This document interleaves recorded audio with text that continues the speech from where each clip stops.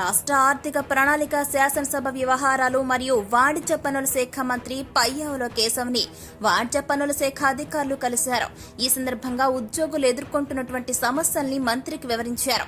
ముఖ్యంగా order to save పై పనిచేస్తున్న ఉద్యోగుల ఇబ్బందుల్ని మంత్రి పయ్యావుల కేశవ్ దృష్టికి తీసుకువెళ్లడం జరిగింది. ఈ నేపథ్యంలో రీజనల్ కార్యాలయాల వలన ప్రభుత్వానికి కలిగినటువంటి అదనపు ఆర్థిక ప్రయోజనం నామమాత్రమేనని, హెచ్ఓడి నుండే అడిషనల్ కమిషనర్లు ఎన్ఫోర్స్మెంట్, ఆడిట్స్ అండ్ ఇన్స్పెక్షన్లను పర్యవేక్షించవచ్చునని తెలియపరిచామన్నారు.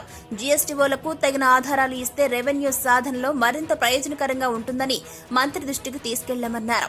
అనవసరమైన గూగుల్ స్ప్రెడ్ షీట్లతో అనవసరమైన కాలయాపన జరుగుతుందని, దీంతో రెవెన్యూ సాధనలో పూర్తి దృష్టి క్రింది స్థాయి అధికారులు, ఉద్యోగులు కేంద్రీకరించలేకపోతున్నారన్నారు. ఈ సందర్భంగా అన్ని శాఖలపై మంత్రి పయ్యావుల కేశవ్ స్పందిస్తూ త్వరలోనే శాఖాపరమైన అంశాలపై దృష్టి సారిస్తామని, మరొకసారి క్షుణ్ణంగా చర్చిద్దామన్నారు. ఈ సమావేశంలో రాష్ట్ర అధ్యక్షులు భవనారి వెంకటేష్ బాబు, రాష్ట్ర కోశాధికారి రత్నకుమార్, ఏలూరు డివిజన్ అధ్యక్షులు రాజేష్ బాబు, విజయవాడ డివిజన్స్ కార్యవర్గ సభ్యులు పాల్గొన్నారు.